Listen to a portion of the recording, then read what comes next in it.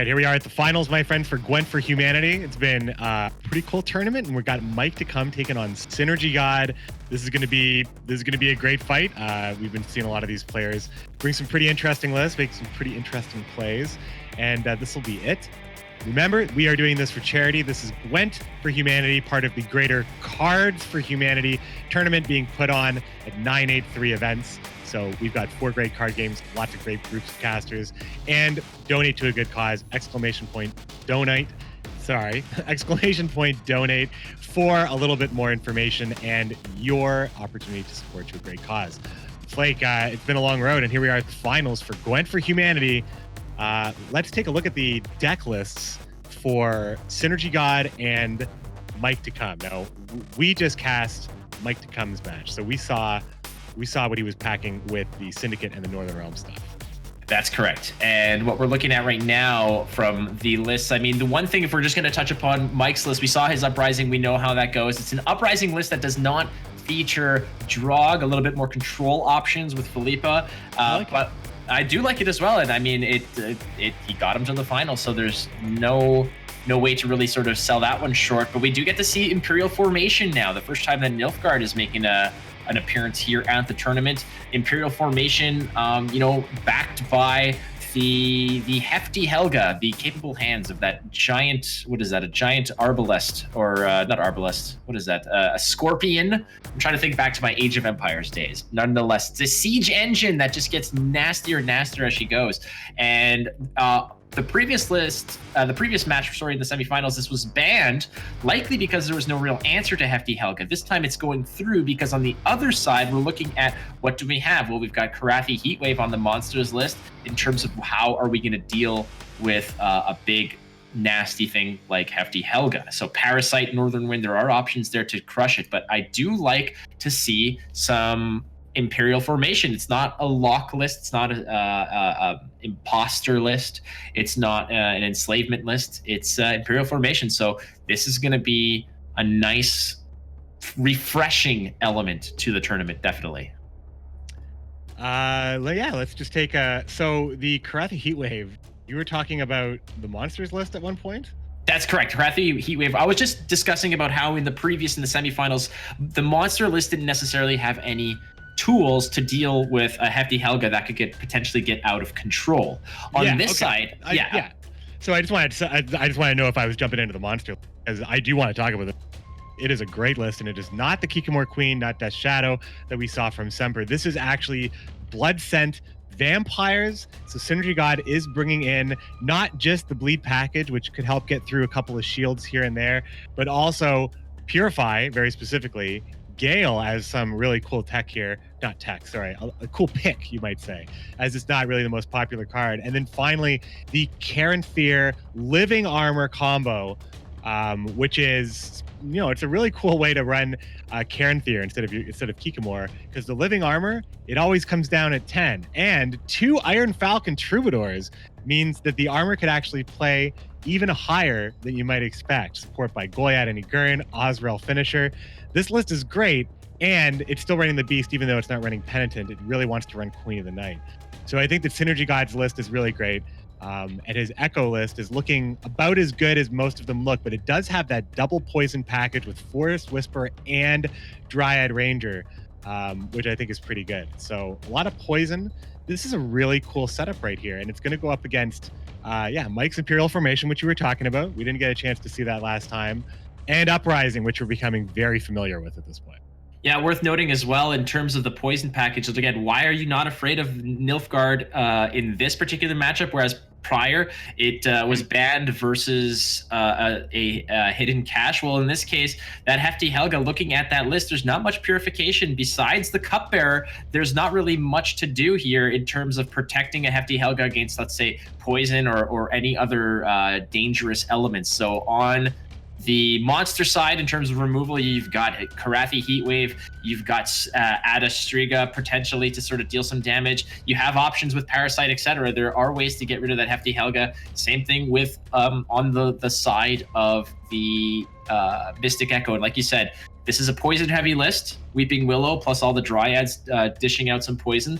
Plus just the standard Harmony package of just generating points over time. So this is going to be, I feel like the Mystic Echo versus Imperial Formation is going to be, in my opinion, the most intriguing matchup for the two. So I'm really looking forward to getting these matches rolling to decide here the final for Cards for Humanity, rather. This is the Gwent portion. I am Flake, joined, of course, by McBeard. Hello. The smarter and handsomer of the duo. I got nothing out of this this distribution of talent and looks, unfortunately. That's just the way it is. Well, you're looking for pity and you get none. I am. Damn it, I was fishing and it just did not work out. Nope. Seriously, I'm going through a drought, right? No fish here. No fish here. So we got Mystic Echo taking on Imperial Formation. You said you were excited to see that, and isn't that exactly what we're going to lead off with? Just going to be a pretty good match. Yeah, it's going to be a pretty good match. Lots of bronze in that hand, though. We really haven't seen a lot. It's been a very Northern Realms heavy type of tournament. So we have seen a little bit. We've seen Harmony do quite well, actually. You just have so much push potential, and the extra poison in this list could be really good for Synergy God taking on.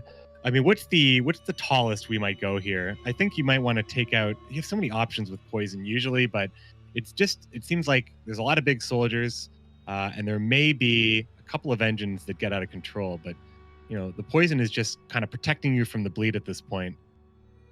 And we're going to start in there with the Percival and the Saber getting the trigger on that Harmony right away, puts Percival out of range of any potential damage that it's going to take to just knock it off the board. And when you're talking about like what are the poison targets, what's the tallest that can go, well, there's one option for you, leaving that on the board for a long turn, but that can just be nullified and negated immediately by one of those hawks moving it around. But opting instead to just, I guess, tickle it with some poison and threaten it a bit, I feel like maybe you want to hang on to that. But the other look at all the other cards that are in the hand, right? How much do you really want to give up here? I mean, that poison it's not a bad poison, because the Magni division will just get bigger and bigger as it goes. I think the poison is fine here, and I don't think you want to look at movement first. I think movement is something very, very important when you're playing against something I guess we didn't talk about. This is got Damien, Skellen, Fion, your favorite three when it comes to abusing Nilfgaard mechanics. The only thing it's missing is Kingslayer for the full package, but movement is now disengaging Damien, disengaging Stefan Skellen, and since you know where each of those cards can go, you can potentially preemptively move the defenders. So movement might just be the most important part about Synergy God's lineup here. So we all know Magni can easily hit 7 or 8 points, so that poison I think as well. And as is that poison. Yeah, that poison is a pretty significant one as well. You do have Purify on your side of the board, as does Mike. Mike's holding on to the Cupbearer. But again, we saw Synergy God earlier kind of just tickle a little bit of that other Dryad to try to see, maybe, do I want to play this and get rid of it now? But also giving Mike the option to purify that unit in the back row, knowing that that's his only option of purification. Give him, maybe you're just sort of tempting him, go ahead, purify it. I don't want to see that purification in a later round, nor do I want to see that card come down as poison. So, I think it's good to be patient here, but now I don't think you can really wait anymore in terms of the other cards that you have going on. You might as well just go ahead and buy it and take the Magni division off the back of the board. So that Cupbearer that Mike's holding now is, still represents a lot of utility. I think I like the poison. I mean, if you're watching Cards for Humanity, you're watching a lot of card games, as it looks like. Mike Tecum's going to take the pass here with the extra card. So you know that in a lot of card games, you have to make them have it. So in this situation here with the poison on Percival, sure, we know that the Purify was available, but what if the Purify wasn't available? That would have meant just a massive amount of points. It would have changed the whole course of the game. So the poison there was absolutely fine. Doesn't give up too much. And the Purify, I mean, baiting out a Purify means poison will work potentially later, but that's where you have your defender to help you out. Look at this hand. It's not too bad. Extra poison if you want to go for Call of the Forest for another poison play, perhaps. It's an option, definitely. He's just kind of like gauging in terms of what his round 3 might look like if he wants to go deep into this one. tossing Yeah. one away. Taking a look now Still at have poison option. Still have No poison option. No Hefty Helga yet, though. There she is, finally showing up. Well, you are stuck on Hefty Helga. You are making a prophecy that Hefty Helga is going to be the card that wins Mike this game, I think.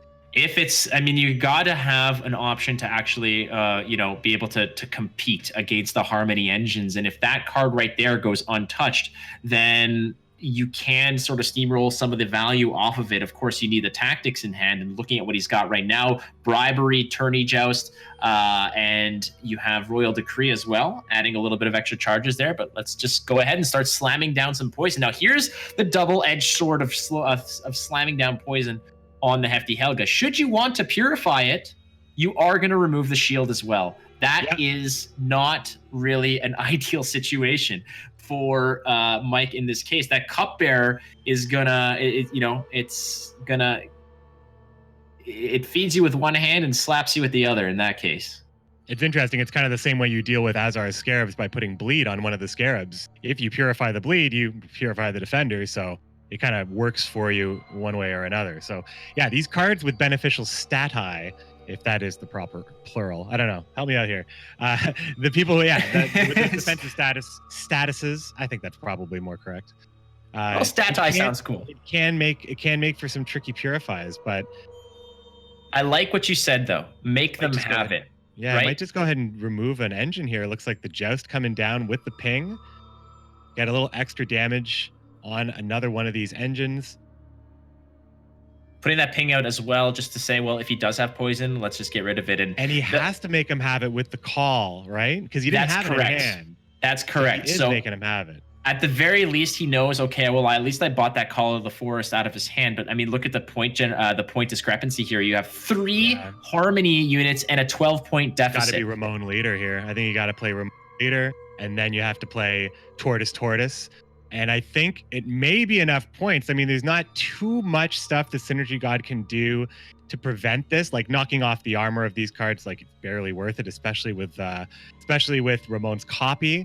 So, I mean, Synergy God can stay in this and can choose to push, but he's already got information that one of those cards is a bronze card. Here comes Figus. This is a big play when you have control of the round going into round 3, just like it was in a previous game with Echo here. But this might be 2-0 material. Knowing you have, I mean, the Fion's not here. He has to use Royal Decree, I suppose, to get Fion if he wants. And then you just pass on Fion, I think. Use your movement to back you up for the rest of the game and just have more points. Beat Stefan Damien. That could be it. So there goes the defender. Doesn't even matter. No, there's no real interaction right here unless he finds something that he wants to use with that bribery. I mean, I feel like poison could have been a better option, knowing that you could probably roll your bribery into a poison card, knowing that there's so many poisons in your opponent's deck. That could have helped you out as well. See, he's just got to stay outside of Tortoise range, because nothing's going to be more points or 7. Like, I mean, Fion plays for 7 as well, so it's same situation here. So that's a really cool use of that card right there, because you're shaving the 2 points off of the armor, which just come back to you as a boost anyway. So you're not really losing that much. I feel like that was an okay play to make there. You're not losing too much. The only way you can get value from True Reveal there. Here comes Morale, which is going to be pretty necessary to have any shot here for Mike to come. Synergy God might dip out of this round, because it prevents Damien. It prevents nifty play there. 10-point poison is the 10-point poison. So hold on. So the Purify is not, he can't do something crazy with his leader. Unless he plays, what do you have? He has Hawk and Oak.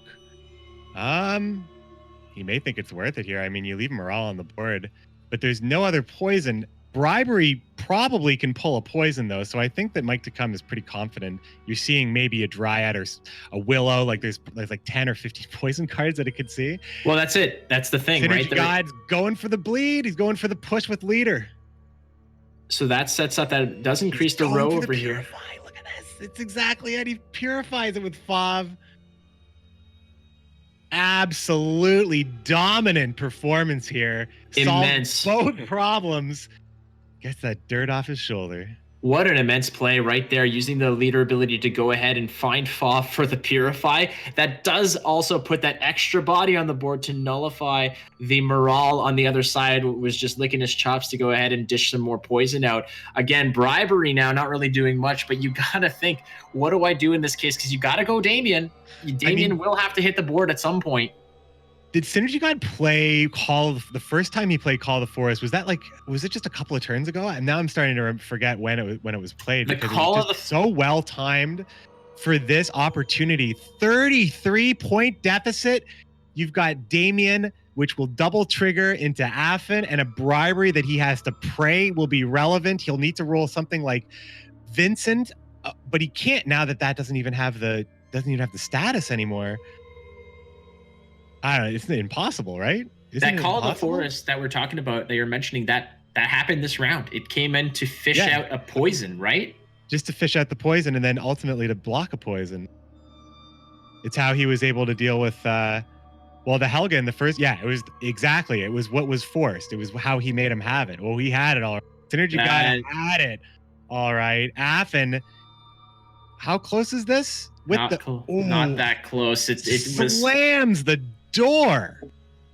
That's a big victory right there. I mean, Mystic Echo just had all the tools necessary, as well as just finding the seams to get through. And that's why we're saying it's not that scary to face down a Hefty Helga when you have poison, when you have options to get rid of it. That Hefty Helga wasn't there long enough to really force an impact. And then when you can kind of just get that oak, the oak is like the Swiss Army knife of justice that comes in and just picks and chooses and dissects and surgically removes that wonderful morale that was just had that smug look on his face. It makes you think that maybe he should have used another one of his leader charges to protect the morale. That would have saved it. But in this case, that's all in the past now. You're down one game, and we'll see what's up next. But in that case, Imperial Formation was not the savior in that matchup against Mystic Echo. Yeah, I think Synergy God was playing very reactive at the very end there. He put himself in a position of such strength that basically at any point he could have just passed, and Mike Tecum would have had to have spent just so many resources to get in here, and that was all the way up to Mystic Echo wasn't even played, and Synergy God was already in that controlling position. So I think he just correctly detected a 2-0 or a complete drowning of resources. But I mean, it ended up being only 4 points.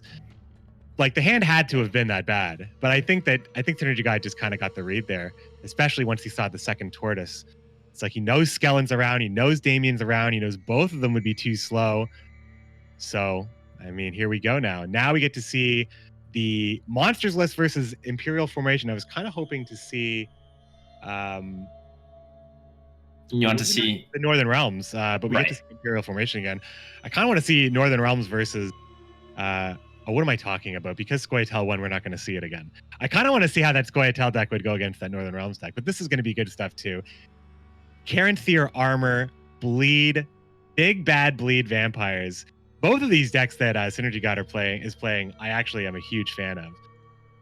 I like to see this. I mean, Blood Scent is not really as prominent. My monsters are kind of all over the place in terms of what people are playing, but there's an instant just denial of that card in the back row, and we do see the larvae there, but as soon as he gets an opening here to play a little bit more proactively, those larvae are going to hit the board. And looking at what else we've got going on there, a Neku Rat in the front row can cause some problems if unanswered, but looking from a perspective of proactivity from the Imperial Formation, what do you play here? Imperial Formation, yeah, you want to be able to at least have the opportunity to pass. I mean, giving monsters last say is a huge problem, especially when you have so many ways. I think that the problem here, I'm not very confident in Mike Tecum's deck. I'm not very confident in Damien and Skellen these days. Against monsters, there's a better chance here, but the bleed potential, both figuratively and literally, from Synergy God plays a well-timed Orianna and all your bleeds and then just passing the round. It's just as devastating as an Anna with Vitality ticking on it. It's just the reverse situation. Now, this is a pretty early Damien. I don't think you asked me what I thought Imperial Formation would do here, and I think I could have talked for half an hour and I wouldn't have said Damien for. Well, looking at the list over He here, has, you know, you well, don't want he has to. Ramon. Well, I mean, he has Royal Decree Ramon into the crossbowman. I think maybe I would have considered that first. But nope, Damien's just dead. That's the end of that. So there goes Karathi Heatwave. That's gone off the board. Looking at options that might to come and why it's so important to have that last say. Again, looking at the blood scent list, you know, you do have that standard Osril and Egern combo. When you say what, well, you know, having a last say is important as a monster and it can be devastating. If you don't have an answer for it, if you're letting monster play that 14-point Osril last and have no answer, that's a big mountain to climb. However, if you do have a last say against that monster, a quick Yen's Invocation, yoink that card away is an equally, you know, satisfying play to preserve a win. And as we can see here, there is there's Menno coming down, just protecting himself with Tourney Joust. And like, look at the juxtaposition of the first two plays. Damien de la Tour into Menno tutoring a Joust. It just seems like it's that losing Damien, it seems Mike to come is devastated by that loss of Damien. Just going in with such strength and now just passing. It was just playing very low there. But you see the lists, right? Are you just thinking that your opponent does not have Karathi Heatwave? Like, that is a very dangerous line of play to take, a dangerous risk to take, to put down such a massive piece to the puzzle, a massive play, and just throw it out there with, you know, essentially no protection, and it just get eaten by. I mean, the one card that beats it, I suppose, is Karathi Heatwave in that case. But really, I mean, do you really want to throw it out there and have that happen? So I think Synergy God is really well positioned here. I think that what's better to Karathi Heatwave, right? Like, you are, especially in a position like that as a first play, it's almost like you trade up, really. It's amazing. The ability is just too important. And now you can just comfortably open up with Andrega Eggs and Nekarat, maybe get a good bleed going, use your leader, get Orianna ticking, and then make your opponent go down a ton of cards. Or just push all the way. We saw Synergy God drop Egern, not scared about playing Osrel, I'm sure. Plus, he has a lot of incentive to play some, if he thinks he's going to be able to stay ahead. He's got the Garcane. I really like a lot of the picks in Synergy God's list. It reminds me of a deck I used to play a lot of over the holidays, very specifically in December. I played a lot of Pro Ladder games in that season, and I played a lot, actually, with a list very similar to this. This Cairn through your armor. The Garcane even, looking good, Synergy God, going for the bleed with the bleeds. That's right. And that Nekurat is going to just, again, continue to sort of just harass little pings of blood here and there. It's going to pop that shield, leaving it open to potential damage from so many other sources, really. If you can get that to a digestible, pun intended, strength, you can eat it. If you can get down to that point. But look, again, that Nekurat is just getting punished here. You don't want to see so much bleed. Still 3 charges of the leader ability on both sides, and that Damien gone is a massive deal there. And there it is. Adastriga comes in, shows dominance, gets rid of Hefty Helga, and there it goes. I mean, that's a big piece that can keep you in this game. And when you have that half of the crown already in your pocket, you are in the driver's seat, friends, with 2 thrives, an engine potential there as well. I mean, look at that. Look at the board, and you still have a Naglfar to go ahead and go and find other parts that you need. I think he's doing it. I think it's going all 3 bleeds. 1, 2, 3. He's going to get the 2 vampires for Orianna's final bleed on the Magni, or is he doing that? Oh, he's making one last decision now. He's going for it. He's going for basically creating 5 engines at once. Oh, and the Garcane as well. So he has basically 6 engines ticking, and one of them is ticking for 4 for the next 2 or 1 turn. This is a devastating board to recover from because it's just so much I don't want to say random and math. Purify and Queen of the Night actually is the Purify if Synergy God wants to play it. If Synergy God wants to play it, he could just go for the Purify. I don't see why you don't to go for it over here because you're literally just giving up that card. Because it's Morale, and if you Purify, you still lose the card because Morale is usually backed up by something. You could pass here. I mean, It's a lot of points. So Morale can clear that up. You're losing the 8 points. You're essentially giving up. Well, you're taking the 4. He's got fangs. Yeah, I mean, I don't know about this. I would consider passing, actually. Now, the more I think about it, it's tough. It's tough, but I mean, the commitment was made. The commitment was made with the leader play. I think the real punishment, going for it, he's going to go for the kill on Morale, make him have the poison. Make him have it. That's always, I mean, that's part of the game, right? You Yeah. still have there's 4 ticks of bleed on next turn, plus an additional 3 after that. That's a lot of extra hill to climb. Queen of the Night was kind of the same play, 5 points plus an assurance of some kind, but there is nothing sure in this world. As the Here's your fangs pass come if down, you want it. I this mean, pass looks good. Gale gets the full, gets the death blow on on the back crossbowman. I think that's the only thing. yeah, that's leftmost being thought of crossbowman will right take here. it. I mean, it's a huge play. All those thrives as well. Plus the Garcane's still ticking. Easy plays for the mid-range and low end of this deck. Only Oriana and Leader, obviously a huge piece of support. But once again, Synergy God, smelling blood. I don't mean to make it's not even a pun. Just saying. The truth. Like I don't want to say literally either, because I don't like saying that all the time. But I'm just saying, the blood's out there. He What smells are you it. saying? He's going for it. Bloodlust. Blood in the water. All right, Stefan on the back row. Last ditch Skellen, who right now doesn't even. I think a better tactic still has to be played first. Wow, keeps going. Yeah, Keep on just chugging. going. Just Yeah, try me with the double bribery. He's saying. now, here's the scary part as well, because a Yen's Invocation on the Osriel means you get it Yeah. next round, and there are still some. I mean, what other big boys are there in the? Look, he's checking. He could eat that. Yeah, I wonder about this. I don't know if this is what you want to commit, because you're Ooh, basically man. you're giving him an Osriel next round. If there is a next round, Well, that is another the only consideration thing I as can well. think of, but I don't know how good Queen of the Night's going to be. But the bleed of 4. I mean, if I think the Synergy God, you play Osriel here just to see if you have a chance. I mean, you have to force so much. So bribery.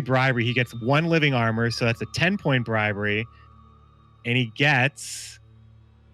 So there's a lot of bad stuff here. Like if he gets Karen Thier, it's not good. If he gets Osriel, if he gets Karen Thier, it's not good. Gale's not going to be very good for him at all. There's a lot of bronzes that don't work well. Garcane, like a lot of the stuff is really, Yeah, the larvae slow. is not all that You can't fantastic. see what he sees though. So But he's making a decision, so it's either 2 phenomenal choices or 2 I think it's- very poor choices. I think it's all bad. That's what I'm convinced. But here's the other all thing. bad, and we see Necker at. That's what I think. So let's take a look at this. We do have he did create a living armor. That's 10 points of that's going to go to the graveyard next turn. Oh my gosh.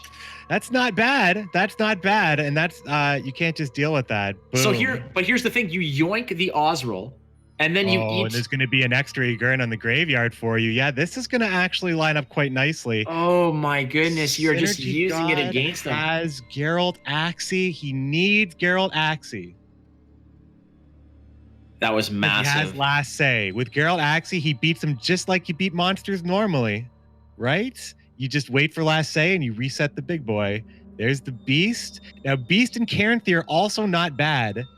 No, definitely not bad. I mean, you're not getting as many turns as you'd like, not as many reps, but at the very least, you have to go for it. I mean, what else are you tossing back Pitch here? the What queen. I think you have to pitch the queen to find something. hope for armor? I mean, you pitch the queen for both Axie and living armor are your only chances, right? Wait, is Axie gone? There's no Axie in there. Oh, there's living armor, but not the kind of living armor that you want. So you're gonna basically, in this case, I'm supposing you're gonna just go ahead and Axie was played earlier, I guess. My mistake, everybody. yeah, you're gonna clone the hound. Go in with. Played on if what was Axie played on if Fionn is still out here? Is there an Axie in that list? There's no Axie in that I'm list. looking at a blood scent list. I could be wrong. There's no Axie. I am wrong. I am so bad. Okay, wow. I wish we could just edit that whole out. It's fine. It's fine. I was looking at the wrong list, my friend. My apologies. My apologies. Talking about a card that doesn't exist. What does exist? 2 beasts at the moment. Goliath going to ensure that they're still going to be growing, and finally, the Alzur's double cross, which will grab the living armor. So that's going to be 10 points, and then 10 more points. Plus the additional 8. Wow, this is close. There's additional 8 points coming from the growth of those 2 hounds.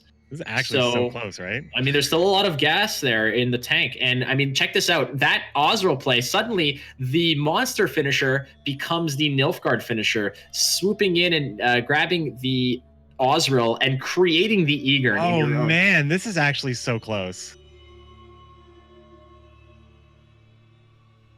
Looks like it's 5 points. Oh, I believe that is plus 38 to 45 plus the 2 ticks. 3-point difference for Mike to come. It's going to go to a final, my friend. But that was such a phenomenal sequence of plays. I mean, by phenomenal, I mean, besides the fact that the plays were well executed, etc., the fact that it looked so grim for Nilfgaard there. Mike to come looked like he was really up against the ropes, just dodging a flurry of blows. And suddenly, you come down, Stefan Skellen goes ahead and gives you a redo on that bribery. Living armor into Egern. 23 point bribery. 23 points plus the yoink on the Osriel means that you're getting all that back. It's just one of those nifty little plays that happen. Again, I mean, I'm not going to be well, I'm not going to say that bribery is a skill card. But at certain points, it does rescue you. So, and in that case, it was exact medicine to get out of that jam. I think the turning point of that game was the decision after Morale came down to play anything at all. I think that it's the commitment there is that, you know, Oriana was committed to, and then it just went down to killing Morale. And I think that was maybe the pass for Synergy God to have a better chance. But it plays out very differently otherwise. So that means that the bribery changes things, the Yennefer's Invocation changes things, but correct. All that is in the past right now as we're here in the finals. Mike to come's Northern Realms Uprising versus Synergy God's Blood Scent Armor Vampire. Awesome deck. I don't know. This is a massive hand right here, looking at everything. Everything that you particularly need, including the Caranthir targeting. The living armor is not there yet, but you still have time for it. I don't think that's something that you really want to worry about now. But in case you do have a backup, again, we saw it in the previous game where you can go ahead and use it on the Hound. Egern is going to go ahead and bite the dust. And I mean, from the previous game, McBeard, like you said, everything changed on that pass. That is the turning point of that game. Had he taken the pass, that Yen's Invocation wouldn't have been as fat and nasty as it was. I mean, it basically double dipped, right? The carryover was incredible. And it was massive. Bribery wasn't even played in that second round. The Agurn wouldn't have even been there, potentially. The Agurn could have been dealt with in different ways. I mean, again, who knows how it would go? But I think that could have been the turning point. I think it was a great game all the same. And now we get to see the Vampires get things started here. No armor. See, now when I've actually played a list like this, I like running Mata. It guarantees you get the armor in your hand because it is the most expensive card. And Synergy Guy choosing to run Naglfar as like that sort of insurance piece where Mata would actually allow you to get a lot of extra value on these troubadours because you don't mind playing those first. No, definitely not. Absolutely not. Mata is a card that is just, it's such a utility piece, and coming down with a 6-point body is also great, especially on a monster player that has Thrive units on the board. Exactly. Yeah, exactly. So there's no real harm in getting that card out because you will get the triggers if necessary. And we've seen this before. There's the Mauler on the front row, and 9 points of armor on the Egern is great, especially since you're looking at what your opponent has. Even with the Anseus, it's not really going to do a whole lot. You need to set up that Anseus in order for it to actually go ahead and pop off on that Egern. But even then, we've seen it. Egern is just as good in the graveyard as he is on the board most of the time. So, yeah, you're basically saying, you know, if my opponent is willing to commit 9 points of damage, then they can have the 4 points because Philippa, could kill it in that situation, but you want to hold Philippa for like a ton of thrives on the board, maybe in a Dragal egg situation that's getting out of control. Maybe it's the only way you can kill the beast on a certain board state. So you can't just say, you know, at this point, Synergy God is just doing what monsters do well, play big points, but circumventing that weakness and that fragility of those points like you see in a later played Egern or any exposed base stuff, Pugo, Goliath. Well, you could, I mean, the Vincent is also not a bad option onto that Egern. That's a 12 points without the worry of putting it into the graveyard. So there's no Osriel recovery. Yeah. I mean, I would agree, but Vincent is such a crucial card in round 3. Mike Tecum might be holding on to it. It is a great play, and it definitely can get him out of the situation as he's playing from the red coin side. He could be playing it maybe a little bit deeper into the game, like around 5 or 4 cards left in hand, just to put the game very much out of reach for Synergy God and forcing him to lose on even cards. I could see that potentially happening, but I don't think there's a rush because I doubt Egern gets boosted because you're not really boosting its survivability. I think right now it's in Synergy God's mind that he really wants to make sure that this round is not even contested. I think he's going to be pushing the pedal down hard because he wants to be in control of round 2.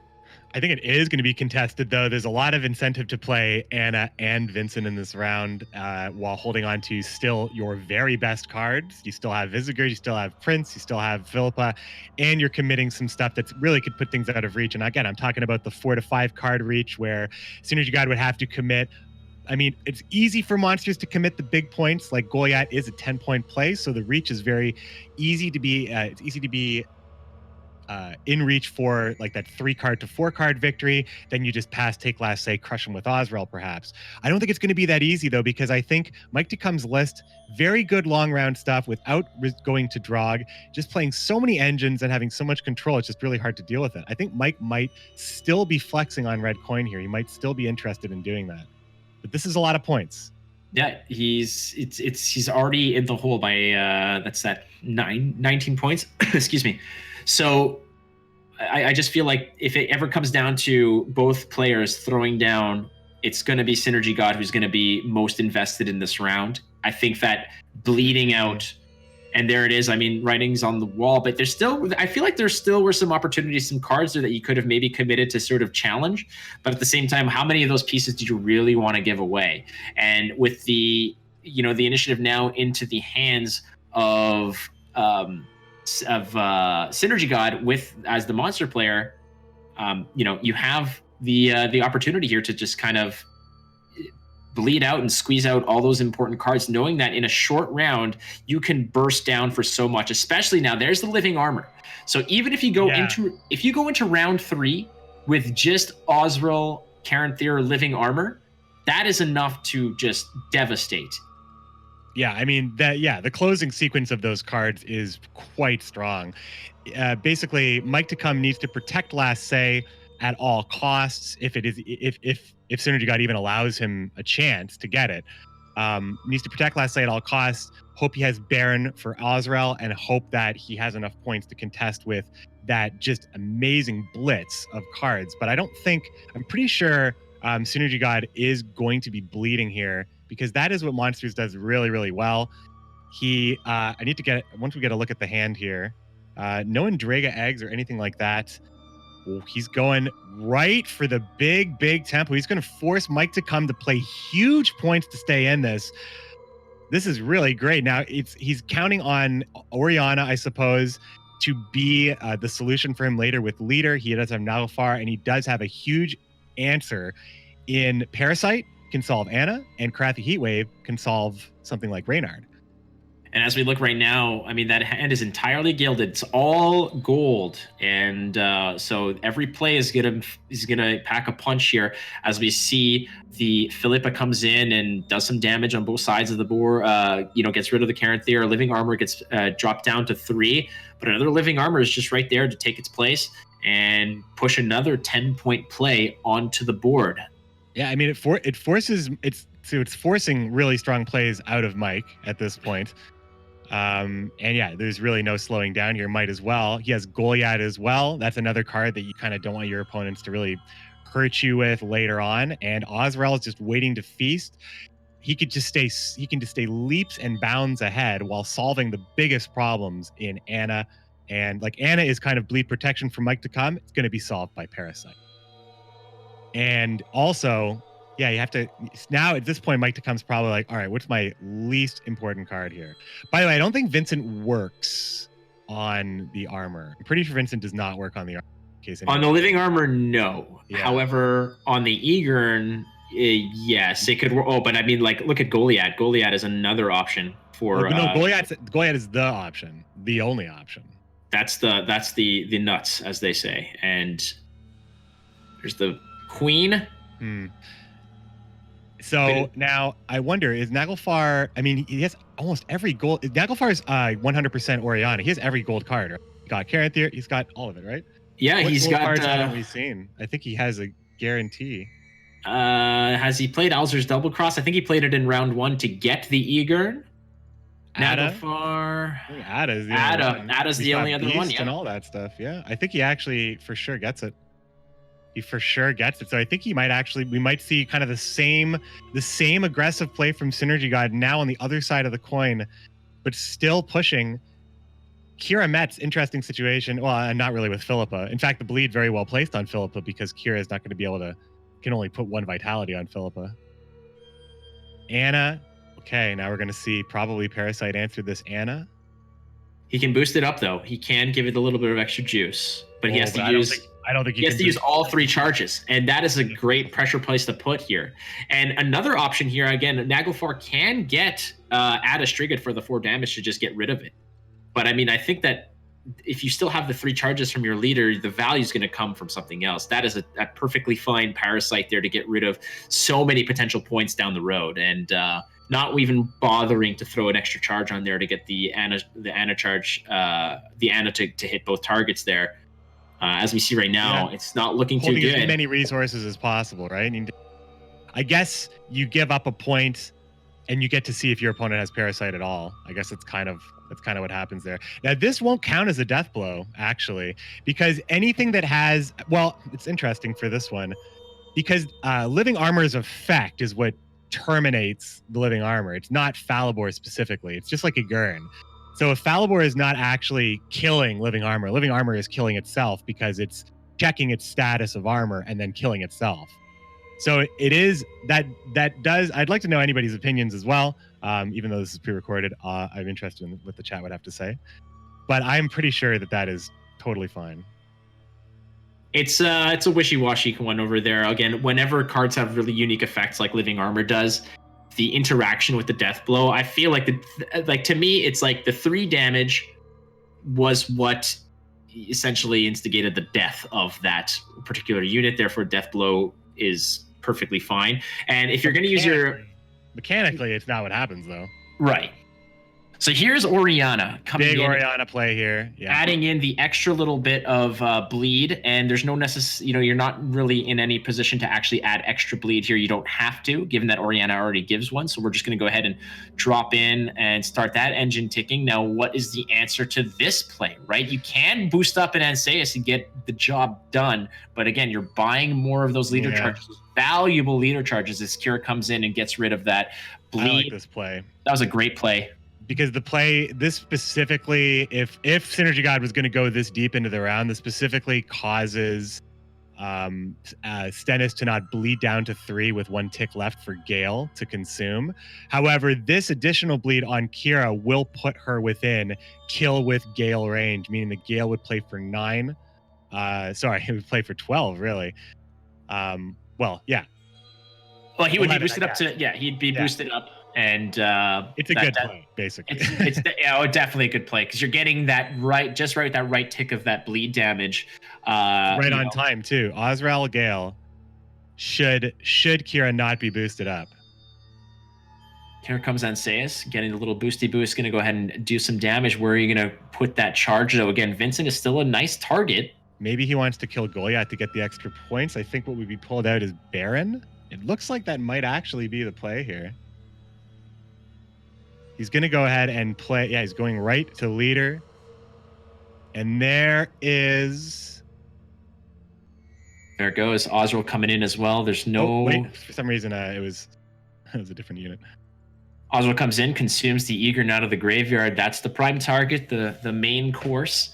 Going up to 14 points. But again, when you have a Royal Decree into a Baron, I mean, that yeah. Look at Vincent and Baron together. Very... Puts the brakes on that play right there. Big swing here. Now, do you go for it here? Right on to Kira. It's so many points, but he's down by 10. I think it's too good to be true for Synergy God. I think you got to be careful. I think Vincent is going to keep the opponent in this he wants to see one more card. Vincent isn't going to get a better time to be played. Visegrad is still safe. Leader's gone. So Visegrad could end up just being like 7 or 8 points, but I think you'll take it in a top deck situation where you still have a card. It's I think this is Mike to come's game to lose here in the finals for Gwent for humanity. Good position to be in. Synergy God just went deep into the well and got every little trick that he has. What does he have left? Frankly, I mean, there's the Adastriga, and the rest it's all rags after this. I mean, let's just be completely honest. The Garcane, there's 4 points of damage and 4 points of damage. So it's really a matter of 9 points, 13 points, 17 points. You got to hope that you can do better than that. But looking at what you've got already in the bank, it's not looking pretty. And, Synergy God, I admire the aggressive play. I really do. But I think there were some points there where Northern Realms really just has your number. I mean, having Vincent and Baron on tap you wouldn't be able to get rid of both of them. But hey, the game's not over yet. It doesn't look good for Synergy God holding Striga, Natural Selection, and Northern Wind. Basically a combined total of 17 points on a good day. On a bright and sunny day. Fortunately, we can kind of do the math here, and it does not look good. Just going to be playing Visegrad for 7 points. Because actually, you know why? This is a good play. Between that and Lambert, it denies the only dominance that Synergy God could possibly have. So it even tanks, well, I mean, of course, with the damage here, but it potentially tanks an opening Striga play and forces, you could play Lambert right now, actually, and force Striga to just be, I don't know if that's, maybe I'm overthinking it a little bit here. Well, you gotta hope for the absolute ideal sequence of plays if you're Synergy God, and in this case, I guess 4 points there. Let's get rid of that infantry, and now you have an Ada now. But now, if he drops down Lambert, clean and clear, you're losing the dominance. So throwing down the guard in the back row is one way to actually just get the dominance. There's the full amount of points that you could possibly get from Anna, but it's definitely not enough. Yes. With a hand like that, you at least need to have an even amount of cards. But Lambert Swordmaster, Mike to come, is going to be coming for the first place on the podium. Synergy God, a valiant effort playing monsters, big bad bleeds, and a pretty awesome Mystic Echo list, and a very dominant performance in game one. It looked like it was maybe just a little bit too aggressive in round two, and Mike to come's resilience with Northern Realms proves to take him to the winner's circle. Well, I mean, Gwent matches are decided in the third round, but a lot of the sway and the back and forth happens in round two. Whoever's in the driver's seat needs to be sure that they are bleeding when they need to bleed and passing when they need to pass. We've seen it a few times today already. When an well, that's it. You said it before, when it's like missed opportunities for perfect passes. I've watched you play in the past, McBeard, where you take those perfect, you do all the calculations, you take that perfect pass, and it just feels so good. Sometimes it feels attractive to go ahead and bleed out big cards out of your opponent, especially when you're monsters, when you have so much burst potential. But at the end of the day, you just you spent it all, and then you're just at the mercy of your opponent, who has a card up and so much more resource than you do. And so Mike to come is your winner here for Cards for Humanity Gwent portion. Again, we are raising money for the World Health Organization, the COVID Relief Fund. So if you have a little extra change, every little bit counts. Hit ! Donate in the chat and toss a few coins to the WHO, and we will be very happy for just everybody who gets the benefit from that, the whole world. McBee, thank you so much for again, excellent casting and just being able to hang out with you, my friend. It's always good to cast, and I just want to take this opportunity. Check out this badass shirt that I got. Oh yeah, the Tailbot shirt. I'm waiting for my copy, I'm sure, when you get this. Is a limited edition. Yes. I bust this out only for the greatest events of my life, such as casting this. And this is a pretty good one. And the grocery store. Those are the big events in my life these days. So if you enjoyed the event and you wanted to support events like this, of course, this is for a great cause. We are supporting for the COVID Relief Fund. But if you enjoy the event, be sure to throw a follow or even a subscription or a Twitch Prime sub to 983 Events. I think this is a lot of work. A lot of work goes into something like this. This is a whole day of entertainment with some really great players, some really great games, and some really great casters. I think I can say that because I'm just complimenting my friends. Yeah. And of Thank you course, so much. really, really great production team. Mark Theus, thank you so much for inviting us and giving us the opportunity to cast the finals for Gwent for Humanity. It didn't disappoint, and I hopefully it didn't disappoint you guys as well. No, and there's still lots more card games to come, friends. Again, we're all doing this for a good cause. We had some Mythgard to kick this off. We here are just completing a great portion of Gwent, followed by, immediately after this, we've got Legends of Runeterra casted by the ever so capable Charmer and Lasergician. And then we're going to wrap it up by some Magic with Alias V and Merchant. You So know good. them. You know those stuff. Yeah, it's going to be a fantastic, again, for myself here, Flake and McBeard, connecting through the wonders of the internet, and for Mark Theus in the production booth. Thank you so much again. ! Donate, dig deep. It's all for a good cause. Thank you so much, and we will catch you very soon. Stay well, my friends.